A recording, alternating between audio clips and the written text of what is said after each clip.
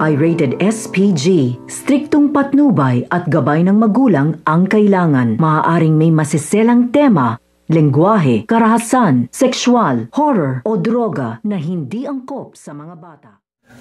Ang pang-aakit na gagawin nito nga ni Cherry dito nga kay Dave dahil nalaman na nga dito nito nga ni Cherry na ito nga si Dave at ito nga si Becca ay nagkahiwalay na nga dito dahil sa pagsisinungaling nito nga ni Becca na isa nga dito ay nagdadalang tao at mismong ito nga daw si Becca ang nakipaghiwalay dito nga daw kay Dave. Kaya ito na nga daw ang magandang pagkakataon upang akitin nga dito nito nga Cherry ito nga si Dave. Kaya nga isang araw ay habang pauwi nga sila dito nga sa mansyon ay maaabutan nga sila dito ng ulan at dahil naabutan na nga sila dito ng ulan ay parehas na nga silang nabasa at dito na nga magaganap ang muling paghahalikan nito nga ni Dave at ito nga si Cherry at dahil nagkahalikan na nga dito ito nga si Dave at ito nga si Cherry ay dito na nga mag-uumpisa ang pang-aakit na gagawin nito nga ni Cherry dito nga kay Dave dahil malalaman na nga dito na ito nga daw si Dave ay meron pa nga rin daw itong nararamdaman dito nga daw sa kanya. So pakakaabangan nga natin dito kung ano-ano pa nga ba ang pinaplano nito nga ni Cherry dito nga kay Dave.